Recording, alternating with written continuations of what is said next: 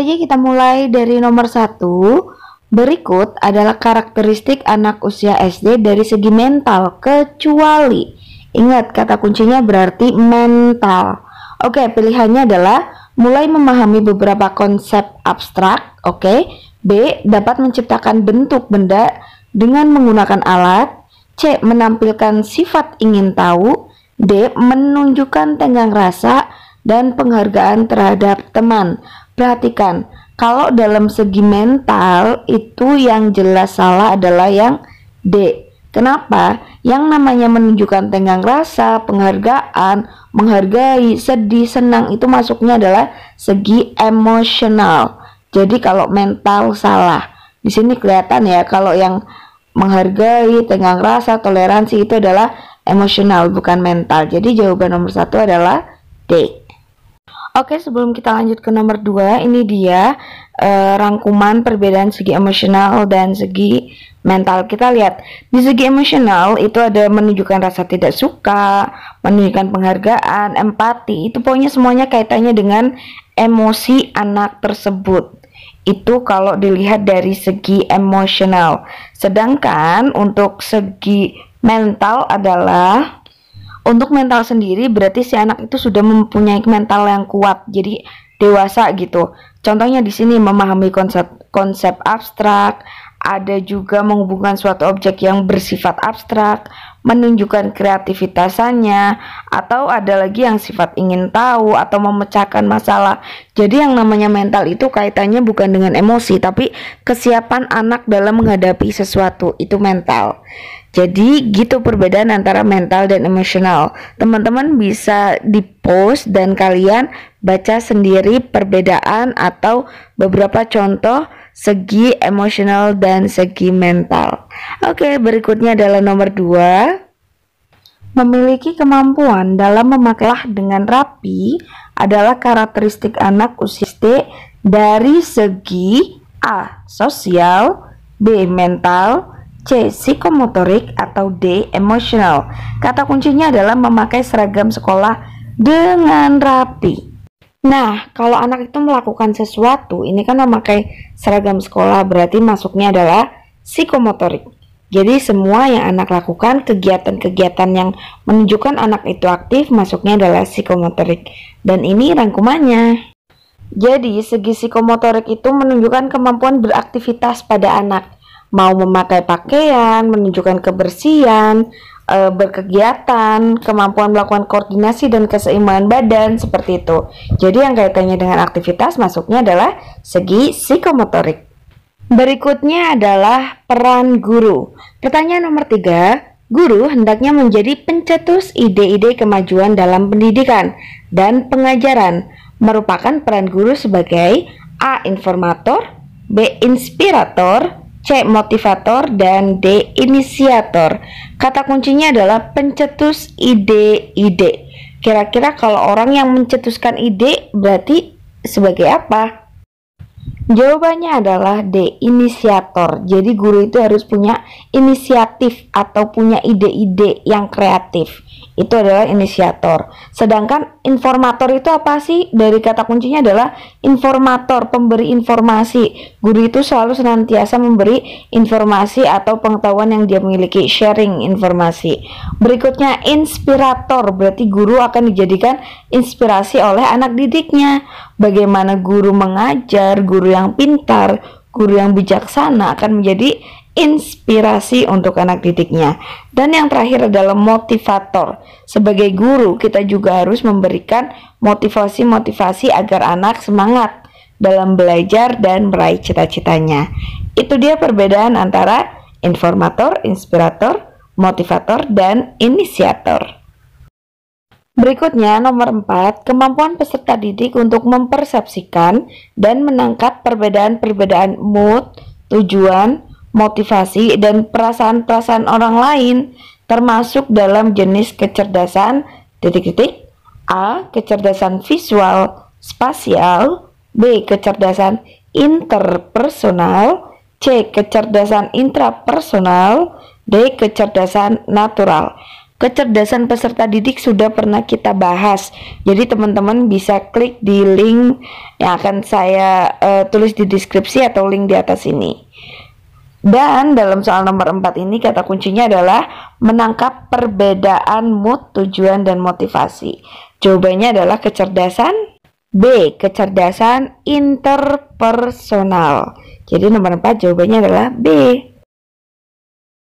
Berikutnya nomor 5, tahap perkembangan di mana anak menyadari sesuatu yang ada secara mandiri melalui image atau gambar yang konkret, bukan yang abstrak, berada dalam tahapan A, inaktif, B, ikonik, C, simbolik, atau D, elementalistik.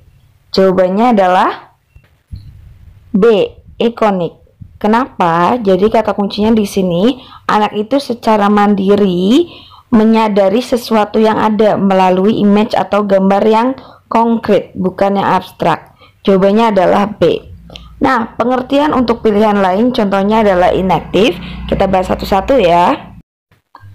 Inaktif itu berarti anak bisa mengeksplorasi dirinya sendiri atau manipulasi fisik atau motoriknya itu melalui pengalaman pribadi. Ingat-ingat, pengalaman pribadi itu inaktif. Kalau simbolik, kata kuncinya aja simbol, berarti kaitannya dengan anak itu sudah memahami simbol-simbol dan konsep, seperti memahami bahasa, angka, itu masuknya adalah tahapan simbolik. Dan yang terakhir adalah elementalistik, itu bukan tahapan perkembangan anak. Jadi elementalistik itu adalah bagian dari teori behavioristik, jadi bukan tahapan perkembangan anak. Oke, berikutnya nomor 6, kelebihan dari membaca permulaan adalah titik-titik. Yang perlu kalian ingat, membaca permulaan itu ada pada sekolah dasar. Jadi di taman bermain, PAUD, KB itu tidak ada membaca permulaan. Membaca akan dimulai di sekolah dasar. Nah, kelebihannya apa sih? Di sini ada yang jelas salah adalah B, meningkatkan nilai peserta didik. Kalau yang namanya membaca permulaan nggak akan ada kaitannya dengan nilai, ya. Jadi jawaban nomor 6 adalah A, dapat mengembangkan kemampuan bernalar dan kreativitas peserta didik. Berikut ini beberapa kelebihan dari membaca permulaan. Nanti kalian bisa post dan baca sendiri.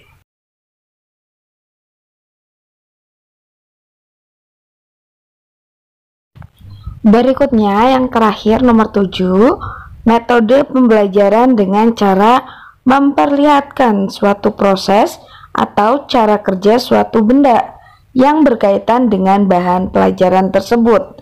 Itu merupakan metode apa sih? A, metode latihan, B, metode demonstrasi, C, metode eksperimen, dan D, metode proyek. Kata kuncinya adalah memperlihatkan suatu proses atau cara kerja. Jawabannya adalah B, metode demonstrasi. Jadi demonstrasi itu kan menunjukkan. Demonstrasi, demo masak berarti kan menunjukkan cara masak. Jadi memperlihatkan suatu proses atau cara kerja. Jawabannya adalah B, metode demonstrasi. Nah, kita bahas ya metode yang lain. Yang pertama adalah metode latihan. Nah, metode latihan adalah metode pembelajaran yang cara penyampaiannya itu dengan menanamkan kebiasaan-kebiasaan. Banyak latihannya. Contohnya untuk materi misalnya bahasa Indonesia, menceritakan sebuah dongeng. Cara metodenya gimana? Dengan latihan. Hari pertama melatih anak untuk menceritakan dongeng. Kedua, menceritakan dongeng kepada teman sebangku. Berikutnya nanti sampai pada ujungnya anak itu ahli dalam menceritakan dongeng. Jadi metodenya latihan, kebiasaan untuk bercerita, menanamkan kebiasaan-kebiasaan. Nah, yang C, metode eksperimen. Metode ini guru itu menyampaikan materi dengan cara membiarkan atau mempersilahkan siswa itu menguji coba atau melakukan percobaan. Biasanya dilakukan dalam mapel sains atau IPS juga bisa. Contohnya mungkin membuat uji coba gunung meletus. Jadi anak itu akan paham materi dengan cara melakukan percobaan atau uji coba. Itu metode eksperimen. Dan yang terakhir adalah metode proyek. Nah, metode proyek di sini beda ya dengan metode eksperimen. Kalau eksperimen anak diminta untuk melakukan percobaan. Tapi kalau di metode proyek, guru itu memberikan masalah kepada anak didiknya. Dan mereka itu atau anak didiknya harus memecahkan masalah tersebut dengan pola pemikiran dan gayanya masing-masing. Ya, jadi guru hanya menyediakan masalah. Guru akan melihat murid tersebut aktif dan kreatif dalam memecahkan masalah tersebut.